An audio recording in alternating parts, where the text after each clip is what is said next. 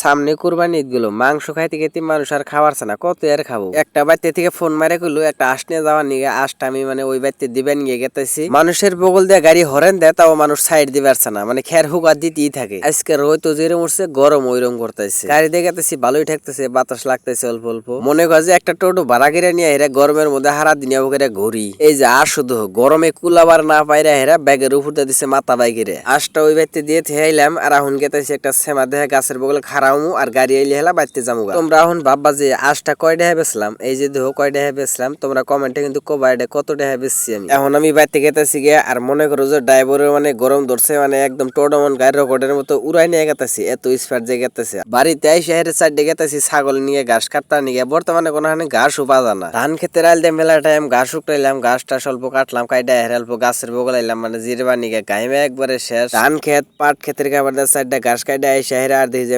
পাগারের মধ্যে ভালোই ঘাস জ্বালাইছে, বৃষ্টির পানি হয়েছিল, মানে এই পানির মধ্যে মানে ঘাস পুরা জ্বালাইছে। পরে আই শহরে কয়টা ঘাস কাটলাম দাম দুম। আমার ভিডিওটা কি এরকম হয়েছে সবাই কিন্তু কমেন্টে কয়ে যাবা।